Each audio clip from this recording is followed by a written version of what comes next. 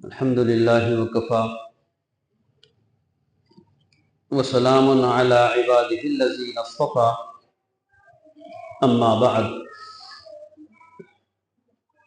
فأعوذ بالله من الشيطان الرجيم بسم الله الرحمن الرحيم والسماء بنيناها بأيد وإنا لموسعون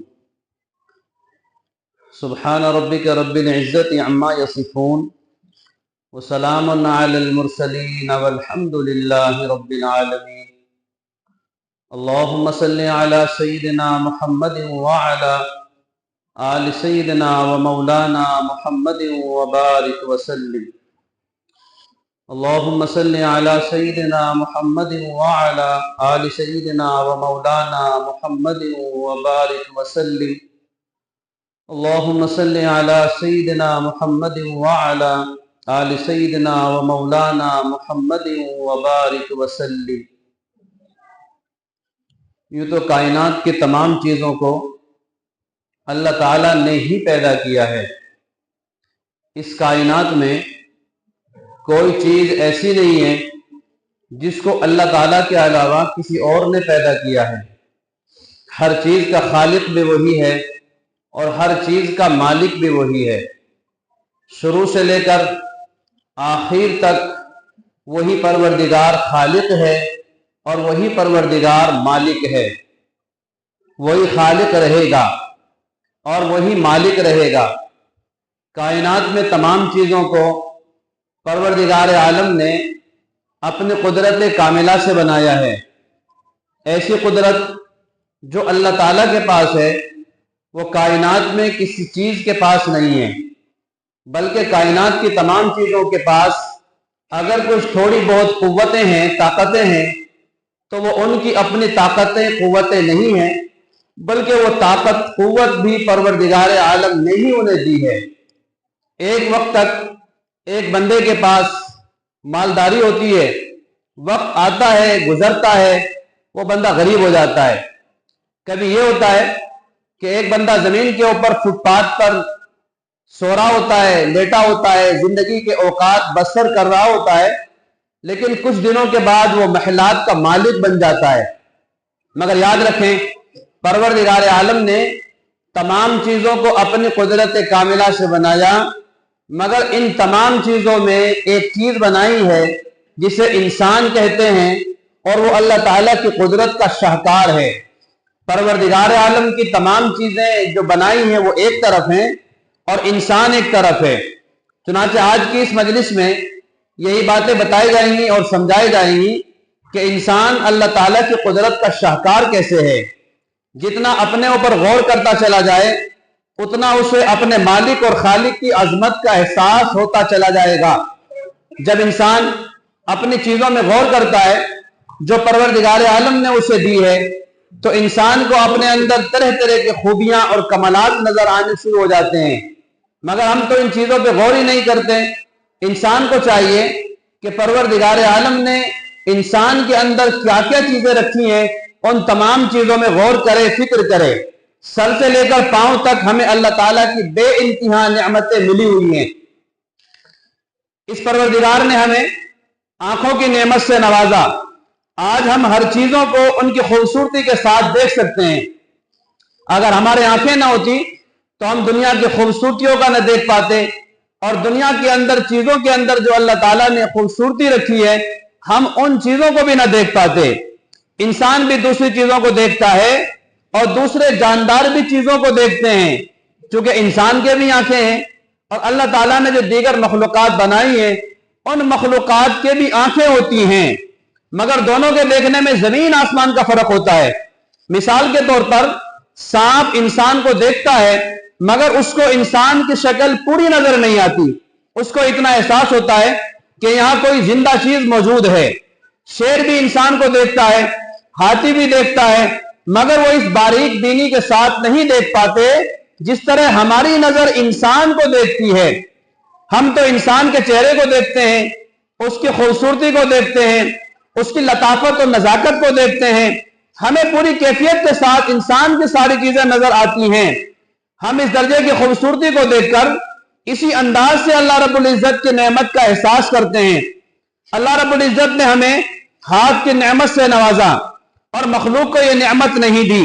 بندوں کے ہاتھ تو ہوتے ہیں لیکن اس کا انگوٹھا اس طرح کام نہیں کرتا جس طرح انسان کا انگوٹھا کام کر رہا ہوتا ہے، جبکہ آپ ذرا دیکھیں کہ بندر کا حال تقریباً انسان کے مانند ہوتا ہے۔ کبھی کبھی تو بندر بالکل انسان کی طرح کی حرکتیں کرنے لگتا ہے، تو بندر کے بھی ہاتھ ہیں مگر اس کے ہاتھ اس طرح کام نہیں کرتے جس طرح انسان کے ہاتھ کام کرتے ہیں، لہذا وہ چیزوں کو اس طرح نہیں پکڑ سکتا جس طرح انسان پکڑ سکتا ہے۔ انسان کو دیکھو، اللہ رب العزت نے دو ہاتھ دیے، وہ ان دونوں ہاتھوں سے کیا کیا کام کرتا ہے؟ چیزوں کو پکڑتا ہے، ایک جگہ سے اٹھا کر دوسری جگہ پہ رکھ دیتا ہے، گھر میں کوئی بیمار ہوتا ہے تو بیمار کے ذرا ہاتھ پیر بھی دبا دیتا ہے، اپنے انہی ہاتھوں سے روٹی بھی کھاتا ہے، اپنے انہی ہاتھوں سے پانی بھی پیتا ہے اور ذریعہ معاش کے لیے مختلف کام کاج بھی کر رہا ہوتا ہے۔ اللہ رب العزت نے دو ہاتھ انسان کو دیے ہیں اور انسان اپنے ان دونوں ہاتھوں سے مختلف کاموں کو انجام دے رہا ہوتا ہے۔ چلنے کے لیے دو پاؤں دیے، سماعت دی، اس کے لیے کان دیے، بصارت دی، اس کے لیے آنکھیں دی، گویائی دی، اس کے لیے زبان دیے۔ اب ذرا دیکھیں کہ جانوروں کے منہ میں بھی تو زبان ہوتی ہے مگر جانور اس طرح نہیں بول پاتے جس طرح انسان بول پاتا ہے۔ جانور بھی ایک دوسرے سے ہم کلامی کرتے ہیں یعنی بات چیت کرتے ہیں مگر اشاروں کے ساتھ، انسان بھی بات چیت کرتا ہے مگر فصاحت اور بلاغت کے ساتھ۔ آپ ذرا دیکھیں کہ جب انسان بولنے پہ آتا ہے تو اللہ تعالیٰ نے اس زبان کے اندر ایسی قوت گویائی رکھی ہے اور ایسا سلیقہ رکھا ہے کہ انسان کے بولنے سے پھول جھڑتے ہیں۔ بعض بندوں کی زبان ایسی اچھی ہوتی ہے کہ جب وہ بات کر رہے ہوتے ہیں تو ایسا لگتا ہے کہ جیسے پھول جھڑ رہے ہوں، بیٹھی میٹھی باتیں کر رہے ہوتے ہیں، اچھی باتیں کر رہے ہوتے ہیں، نرم باتیں کر رہے ہوتے ہیں۔ تو ذرا دیکھیں کہ انسان کے بولنے میں زمین آسمان کا فرق ہے اور جانوروں کے بولنے میں انسان کے بولنے کے اعتبار سے زمین آسمان کا فرق ہے۔ اللہ تعالیٰ نے کیسی کیفیات دی ہے انسان کو کہ وہ اپنی ان زبان کے ذریعے ہی بیان کر سکتا ہے۔ انسان کس طرح اپنی محبت کا اظہار دوسرے سے کرتا ہے تو زبان سے کرتا ہے، غصے کا اظہار زبان سے کرتا ہے، اور جس انداز میں کرتا ہے وہ حیران کرنے والی ہے۔ اللہ تعالیٰ نے انسان کو عقل کی نعمت سے نوازا، یہ نعمت اور مخلوق کے پاس نہیں ہے مگر تھوڑے پیمانے پر ہے۔ انسان کو یہ نعمت کامل ملی ہے اور جس کی وجہ سے انسان اور زمین آسمان کی چھوٹی جزیات کو پرکھنے اور جاننے کی کوشش کرتا ہے عقل کے ذریعے۔ جانوروں کے پاس بھی عقل ہوتی ہے مگر ان کے پاس عقل کامل نہیں ہے، ادھوری عقل ہوتی ہے۔ انسان کو اللہ تعالیٰ نے کامل عقل سے نوازا ہے۔ انسان چھوٹا ہے، آج بھی اس مادی دنیا میں انسان نے کیا چیزیں ایجاد کی ہیں؟ ذرا دیکھیں، کاریں ہیں انسان نے بنائی ہیں، سیل فون انسان نے بنایا ہے، لیپ ٹاپ انسان نے بنایا ہے، اور دنیا کی چیزیں آپ دیکھیں، کاریں بنائی ہیں اور اسی طرح کے ساتھ ریل بنائی ہیں، موٹر بنائی ہیں اور موٹر سائیکل بنائی ہیں اور ہواؤں میں اڑنے والے بلندیوں پہ جانے والے جہاز بنائے ہیں۔ تو ان تمام چیزوں کو تو انسان نے ہی بنایا ہے نا۔ آج بھی اس مادی دور میں انسان نے کیا چیزیں ایجاد کر دی، تو جب ان تمام چیزوں پہ غور کرتے ہیں تو دل میں یہ احساس ہوتا ہے کہ انسان بڑا ہے، مگر کچھ زندگی کے لمحات ایسے بھی ہوتے ہیں کہ جب انسان کو یہ محسوس ہوتا ہے کہ میں بڑا نہیں ہوں بلکہ میں تو بہت چھوٹا ہوں۔ اور صحیح معنی میں انسان کی انسانیت کا تقاضا اور بندے کی بندگی کا تقاضا یہی ہے کہ وہ اپنے آپ کو چھوٹے سے چھوٹا سمجھے، ہر جگہ اپنی چھوٹائی کا اظہار کرے۔ مگر کبھی کبھی انسان تکبر کے بول بول دیتا ہے اور بڑائی کے بول بول دیتا ہے اور ایسی باتیں کہہ دیتا ہے کہ جو اس کی شان شان نہیں ہوتی۔